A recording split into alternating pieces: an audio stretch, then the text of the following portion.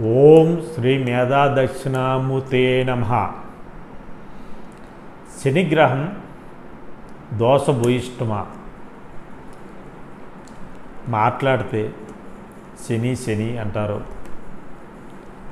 లేదంటే శని భగవాన్ని అడ్డం పెట్టుకుని తిడతారు కూడా.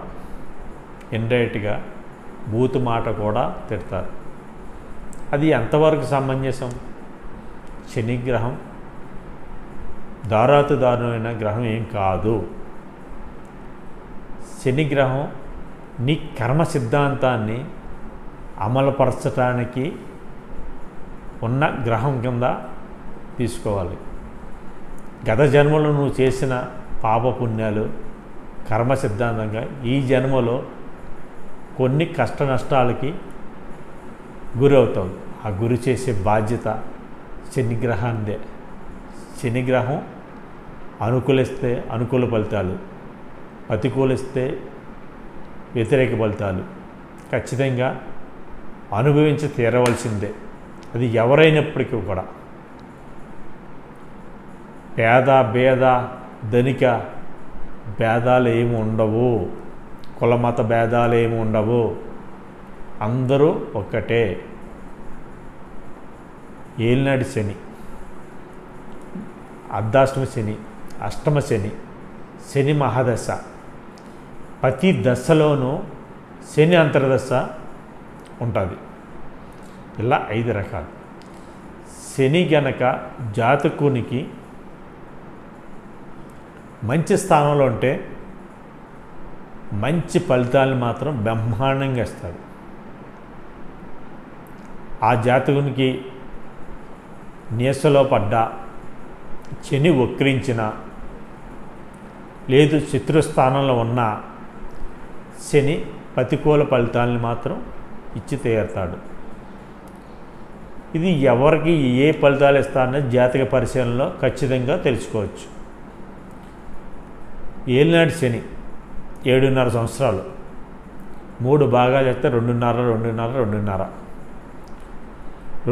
సంవత్సరం ఒక ఫలితాన్ని ఇస్తాడు, 2.5 ఓ రకమైన ఫలితాన్ని ఇస్తాడు, మిగతా 2.5 ఇంకో రకమైన ఫలితాన్ని ఇస్తాడు. కానీ కొంతమందికి మొదట 2.5 మంచి ఫలితాన్ని ఇస్తే మధ్యని యావరేజ్ చేసి లాస్ట్ 2.5 చెడుని ఇస్తాడు. కొంతమందికి మొదట 2.5 చెడుని ఇస్తే మధ్యది మధ్య రకంగా వదిలి లాస్ట్ వెళ్తూ శుభాన్ని ఇచ్చి వెళ్తాడు. అది గ్రహం యొక్క బలాలను బట్టి ఉంటుంది. ఎన్ని డిగ్రీలో ఉన్నాడో, ఏ స్థితిలో ఉన్నాడో, ఎవరిని చూస్తున్నాడో అన్నది కూడా దృష్టి అంటారు. దాని ప్రకారం ఉంటుంది. అర్ధాష్టమ శని 2.5 సంవత్సరాలు, అష్టమ శని 2.5 సంవత్సరాలు, శని మహాదశ 19 సంవత్సరాలు. ఈ 19 సంవత్సరాలు శని మహాదశ ఒకే రకంగా ఉండాలని లేదు. అర్ధాష్టమ శని 2.5 ఒకే రకంగా ఉండాలని లేదు. అష్టమ శని 2.5 ఒకే రకంగా ఉండాలని లేదు. ఇక్కడ కూడా భేదాలు ఉన్నాయి. ఎలా అంటే శని మహాదశలో అంతర్దశలు ఉంటాయి. అంతర్దశ నాదుడు బలంగా ఉండి శని బలహీన డిగ్రీలో ఉంటే కనుక అంతర్దశ నాదుడు బలవంతుడు కాబట్టి శుభ ఫలితాన్ని ఇస్తాడు. అంతర్దశ నాదుడు కనుక బలహీనుడు అయితే కనుక ఆ శని మహాదశ అంతర్దశ నాదుడు బలహీనుడైనటువంటి ఏ గ్రహం అది కలిసి రాదు. ఈ విధంగా ఉన్నప్పుడు తీసుకోవాల్సిన జాగ్రత్తలు, మిగతా గ్రహాలు వక్రించిన గ్రహాలు ఉంటాయి, వాళ్ళ ఫలితాలు వేరు. శనిగ్రహం వక్రిస్తే ఫలితం వేరు. శనిగ్రహం బాగా మంచి ఫలితాలను ఇవ్వడానికన్నా చెడు ఫలితాలను ఇవ్వడానికన్నా కొంచెం ఇదిగా ఉంటుంది. గురువు కనుక బాగా మంచి పొజిషన్లో ఉండి, మంచి ఉచ్చలో ఉండి, మంచి బలంగా ఉంటే కనుక శని మహాదశ, శని అంతర్దశలు, ఏలినాటి శనులు, అర్ధాష్టమ శని, అష్టమ శని ఈ తీవ్రత కొంచెం తగ్గుతుంది. గురువు బలహీనంగా ఉన్నప్పుడు మాత్రం ఈ 5 రకాలు మాత్రం విజృంభిస్తాయి. కొంతమందికి శని మంచి ప్లేస్లో ఉన్నప్పుడు ఈ 5 రకాలు వచ్చినప్పుడు అంటే 4 రకాలు ప్లస్ అంతర్దశని కూడా కలిపి 5 దశల కింద లెక్కేస్తున్నాను. 5 రకాలు వచ్చినప్పుడు మంచి ఫలితాలు వస్తాయి. కొంతమందిని చూడండి, వాడు అమావాస్య నాడు ఏం చేసినా కలిసి వస్తుందరా, ఆడు శనివారం నాడు ఏం చేసినా కలిసి వస్తుందరా అని చెప్పుకుంటారు వాడుక భాషలో.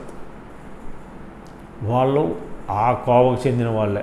శని బలంగా ఉన్నాడు కాబట్టి అమావాస్య నాడు శంకుస్థాపన చేసినా వాడికి కలిసి వచ్చేస్తుంది. అమావాస్య నాడు వ్యాపారం మొత్తం చూసుకోకుండా కొబ్బరిగా కొట్టేసి వ్యాపారం స్టార్ట్ చేసినా కలిసి వస్తుంది.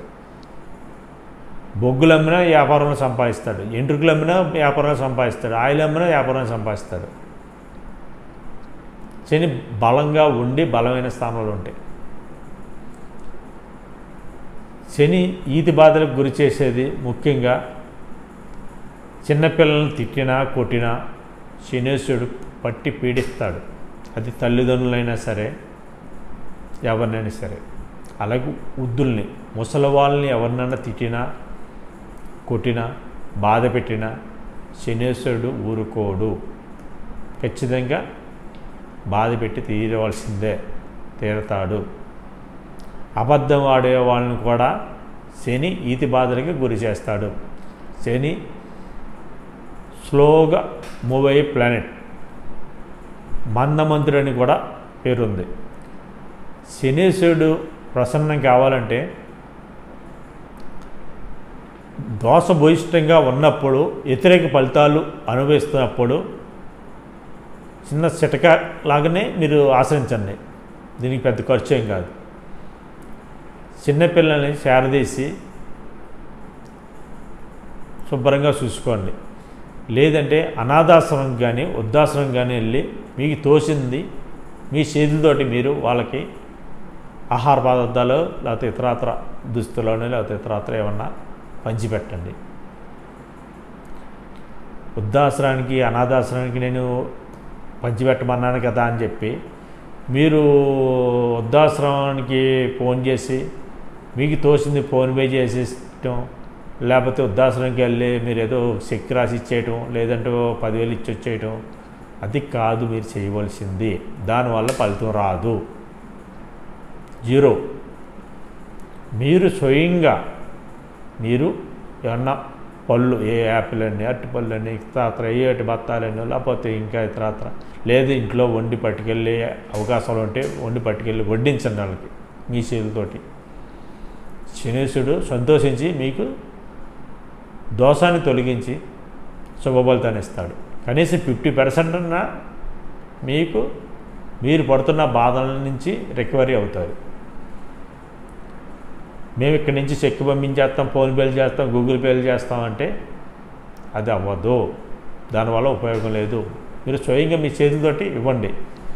కొన్ని వృద్ధాశ్రమం అనాథాశ్రమంలో అయితే కనుక బయట ఫుడ్ అలౌ చేయరు కాబట్టి వాళ్ళే వండిస్తారు. డబ్బులు పే చేసి ఆ వండిని మీరు వడ్డించండి. దాంతోపాటు అలౌ చేసి కొన్ని ఉంటాయి, ఫ్రూట్స్ అలౌ చేస్తారు, అలా బిస్కెట్ ప్యాకెట్లు అలౌ చేస్తారు. అటువంటివి మీరు స్వయంగా పట్టుకెళ్ళండి. కొద్దిగా మిగతాదో వాళ్ళ చేత వండించి పెట్టండి. మీరు వండికి పట్టుకెళ్తానండి ఎలా చేస్తానంటే మీరు వండికి పట్టుకెళ్ళండి. ప్రయాస కోసం, శ్రమ కోసం ఆలోచించకండి. మీరు ప్రయాస శ్రమ పడితేనే. ఎక్కువ మోకాలు నొప్పులున్నా, ఎక్కువ ఆటంకాల కింద ఉన్న శనీశ్వరుడు వ్యతిరేక భావంలో ఉన్నట్టు లెక్క.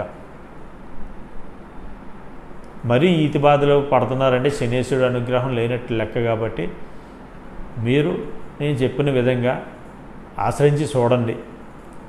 శని దోషాల నుంచి 50% అన్నా మీరు సేవ్ అవుతారు. అందులో ఏ విధంగా సందేహం లేదు.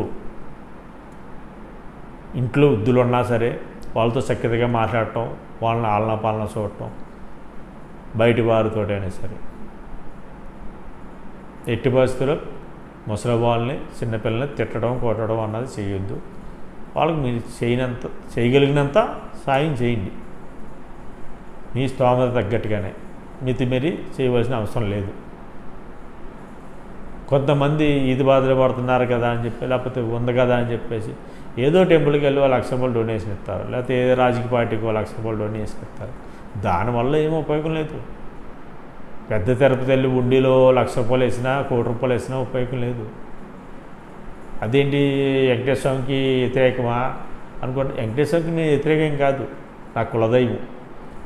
కానీ ఉండులు వేస్తే ఏమవుతుంది, ఆ భాండాగారం పెరుగుతూ వెళ్తుంది. అదే అక్కడ వేసే ₹1,00,000 10,000 ఖర్చు పెట్టి వృద్ధాశ్రమం, అనాథాశ్రమం కానీ లేకపోతే ఇంక ఇతరాత్ర కానీ ఏదన్నా సాయం చేయండి. అనాథ పిల్లలు ఉంటారు, వృద్ధాశ్రమంలో ఉండరు, బయటే ఉంటారు. తల్లిదండ్రి లేకో, లేకపోతే తల్లి ఉండి తండ్రి లేకో, అదే తల్లి లేక తండ్రి ఉండి అయ్యో చదువుకోవడానికి ఇబ్బందులు ఉంటాయి, వాళ్ళకి చదువుకి సాయం చేయండి. బ్రహ్మాండమైన రిజల్ట్ వస్తుంది మీ కుటుంబానికి. కొంతమంది పిల్లలు చూడండి, తల్లిదండ్రులు ఉంటారు, వాళ్ళ ఈ పెన్షన్ 3,000 4,000 పెన్షన్తో బతికే వాళ్ళు చాలామందిని నేను చూశాను. ఎప్పుడు ఒకటో తారీఖు వస్తుందా ఆ డబ్బులతోటి బతికే వాళ్ళు ఉన్నారు. అటువంటి వాళ్ళకి మీరు సాయం చేయండి. కన్నా బిడ్డలు ఎలాగో చేయట్లా, అని వదిలేండి. అవునండి, వచ్చి జన్మలు ఎలాగో అనుభవిస్తారు వాళ్ళ కర్మ సిద్ధాంతాన్ని, మీరు వాళ్ళకి సాయం చేయండి.